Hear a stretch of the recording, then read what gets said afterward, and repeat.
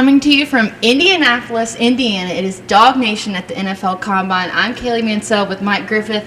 Mike, it feels like we're at the Senior Bowl again. It's just 50 degrees colder here. Yeah, it's a lot colder, but a lot of Georgia guys here trying to make a lot of money via the testing that they're going to do in front of all the NFL teams. Like you said, 11 Dogs will first see Zion Logue go tomorrow. Defensive linemen, linebackers. Following day, we're going to see Brock Bowers, Javon Bullard, Tyke Smith, Kamari Lassiter.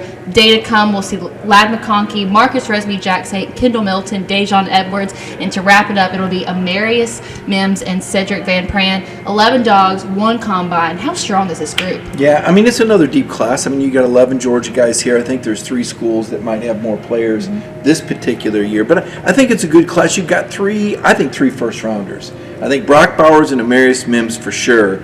And then I think either Javon Bullard or Kamari Lassiter. And a lot of that's going to have to do with the testing. You can watch all that. It's on the NFL Network. And like Kaylee says, it starts after 3 p.m. and they break it into position groups. But, as you say, we say tomorrow being Thursday for Zion Logue. He's the only defensive lineman here for Georgia. Tomorrow's defensive linemen and linebackers. And, Zion's a guy that's going to try to run under 5 seconds.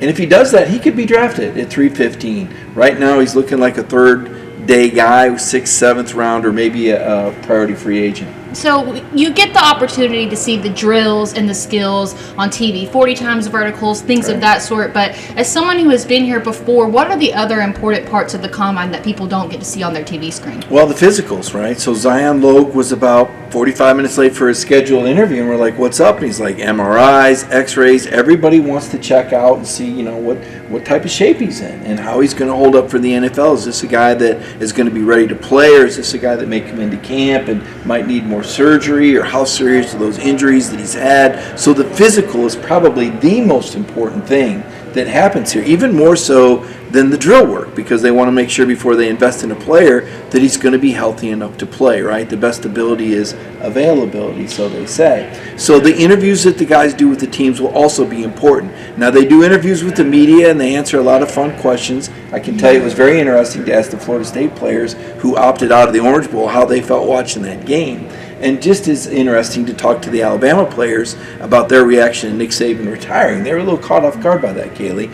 And we're going to ask a lot of the Georgia players as well about their preparation and about what they take into the future from playing under Kirby Smart. The beauty of being here is the player availability that the media gets, the one-on-one time that they get to spend with them, especially for players like Amarius Mims and Brock Bowers, who we have not had the chance to speak to since the beginning of the season. But today you got to talk to Zion Logue. I know he gave you a hot take. I would like to hear more about it.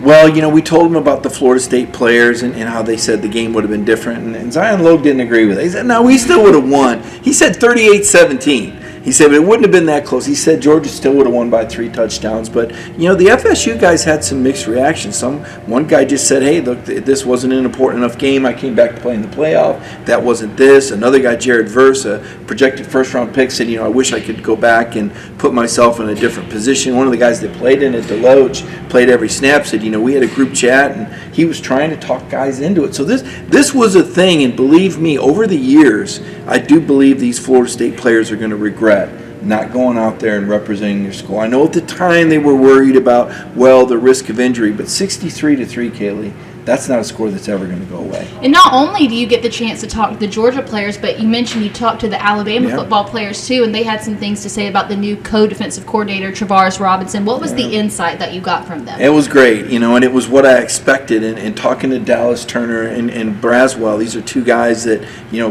I think Turner could be a top 10 pick and Braswell a top 50 pick. Really outstanding players, and they both just had great things to say about T-Rob. I think it was Braswell said that he brought that DOA mentality. See, I didn't know about that. I wasn't following Alabama closely enough to know that they had a dead-on-arrival defensive mentality, but kind of one of those fun cheers. Nobody takes that too literal, but it gives a team an edge, and it gives them a reason to get excited. And the thing that I like that Dallas Turner said is, this guy brings the juice. This is the guy that in practice was on them every single minute to make sure they were doing their best, as if Georgia didn't already have enough eyes on them or enough Kirby Smart foot up the tail when things didn't go right. Now you're bringing a guy in T-Rob, this 42-year-old aggressive coach that's going to be on top of the Bulldogs, and I think bring this real edgy mentality. I think the simple question that it comes down to this week is there's 11 dogs. Who's got the most to prove? Boy, that's interesting. It's almost, and here's why I say it's interesting. Because if I'm Brock Bowers, I don't know if I try to prove anything. I've already got the tape. I've already got the film. If I go out there and run, and I don't run a fast enough number, if they would say he ran a 4.5, and I don't think he will, by the way. But it almost seems like with a guy like Brock Bowers, because he's not as big or as tall as Rob Gronkowski, I almost wonder if they're going to try to pick on him a little bit. And sometimes these NFL types can outsmart themselves. Like, well, he was sensational, but if he doesn't run this number, if he doesn't jump this height, maybe he's not worth the time. So it's kind of a poker game if you're Brock Bowers. You're already the number one tight end. You've got incredible game film that shows you're probably the most explosive tight end maybe in college football history. Do you really want to put yourself under the microscope? Now, I know Brock well enough to know he's a competitor and he's going to want to test. But do you do it here under the microscope, or do you wait for pro day? And if you do it here, how many of the drills do you do? You look at Amarius Mims, now he's going to want to jump in front of every camera and get every measurement possible. You're talking about a 6'7", 335-pound guy with 17% body fat. He is going to win the beauty contest. They will talk about Amarius Mims. Does he have anything to prove? I don't know. I don't know what number he'll run or how many reps of 225 he'll put up or what his line drill will be.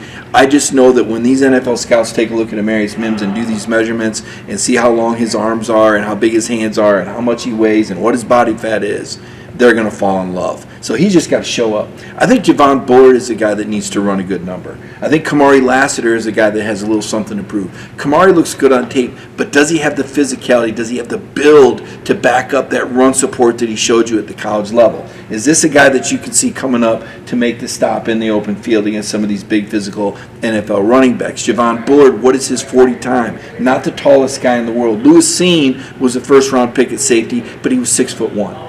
Bullard's not going to measure in that tall, so he's already, Tyke Smith in the same boat. So what are you going to do to show us you can play in the league if you're a little bit shorter than what the optimal height is? Remember, these NFL types, they like to put guys in a box with these heights, weights, measurements, speeds. Now, it's not everything, but it is a suggestive trait in terms of what they're looking for in the NFL over time. Other guys with things to prove, I guess if I go down the list, I'd say Ladd McConkey.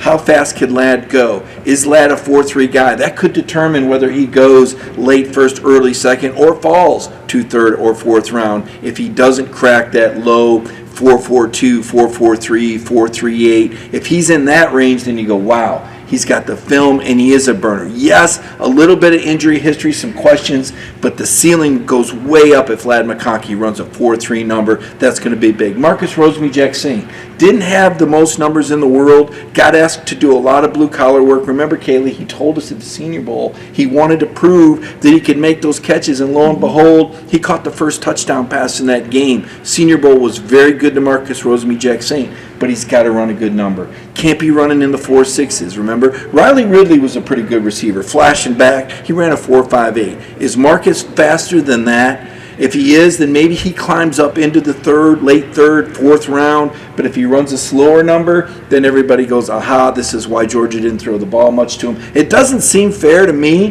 that they put so much on these metrics, but they really do. So Marcus Rosemy-Jacksaint, yet another guy, I think, that has something to prove here at the Combine. I think you summed it up as best as you could. So many dogs, so much to prove. As we mentioned, you can keep up with the coverage on NFL Network, but I promise you, we're going to have some solid coverage all week. We're going to be here through Saturday. Right? DawgNation.com, YouTube, Facebook, wherever you watch us from, we're going to have not just a review of every single day, but also all the player availabilities that we're going to get. And tomorrow we'll have Brock Bowers, the one I know you all want to see. And maybe even some talk about guys that don't play for Georgia. Want to get a little controversy started? Do the Atlanta Falcons really want Justin Fields? I bet that'll start some conversations in Atlanta. There is no better person to stir the pot than you, and I know that's what we can count on this week. Dawg Nation, thank you for joining us. I'm Kaylee Mansell with Mike Griffith. This is Dawg Nation at the NFL Combine. Make sure to keep up with us all week long.